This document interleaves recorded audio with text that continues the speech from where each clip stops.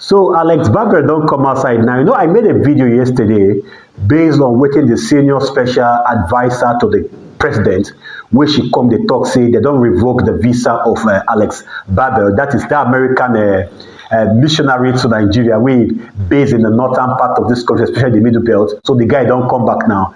Can't debunk allegations until the date we fly out of this country. Say Nigerian government, they are the ones who they protect him with DSS. So all this crap where the spokesperson or the advisor of the president talk say all that nonsense. Make una listen to Alex Barbie again. An essay, an aide to President Tinubu declared on TVC News that I was deported, that my visa was revoked. She cited no evidence, there was no documentation, there was no alert to the embassy. Nothing was said and nothing was done. This is the first time that I'm hearing this. And the reality is that it was DSS that was literally protecting my life from evil people in Nigeria. They were ordered by the government to ensure that nothing would happen to me. Because I speak truth in power, because I actually go to the communities and I help the people that are oppressed, the ones that are suffering, because I'm doing the job that the government is not doing. They want to silence my voice. And I tell you, nothing will silence me. It is my duty to speak truth. No matter what you do, no matter what you say, no matter how you come against me, no matter what lie you say, you will never silence me. As Muslims are calling for my arrest for speaking out on what the truth is of what's happening in Nigeria, Gumi, the known terrorist, walks free. No Muslims are calling for the arrest of terrorists in Nigeria, but the one who comes to speak truth, they want to be arrested, they want to be deported. Even if you are to deport me at any point, the voice will never be silenced. Truth will prevail. I stand for goodness, I stand for righteousness, I stand for justice. And those are the things that any government, any country should rest upon. Even 2 hours before my flight, I was at News Central in Abuja doing a live interview. Where was the deportation? Did they deport me to the news office? I purchased a round-trip flight a month before I came to Nigeria, and I have evidence of that. I've even posted it on X for people to see. My flight was from March 10th to April 1st, and I have countless texts between my partners and other people on WhatsApp that I'm also posting here in this video for you to see that my flight and my trip was pre-planned in advance from March 10th through April 1st. No government told me to leave, no official told me to leave, and you certainly did not tell me to leave. I've never heard of you, I don't know who you are, my friends don't know you, other people in power don't know you, yet you're on the news, you're spewing lies. And it's evil. It's wicked. And at the end of the day, this shows the integrity of Nigerian officials. If officials will go to the public and they will directly lie with no shame, boldly declare lies to the people, both domestic and international, what does that say about the people who are in power? You don't declare for Gumi to be expelled.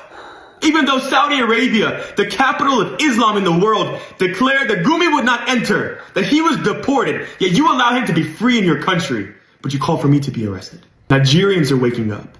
You may have been able to lie in the past and win, but that time is no more. Lies and evil will not prevail in Nigeria.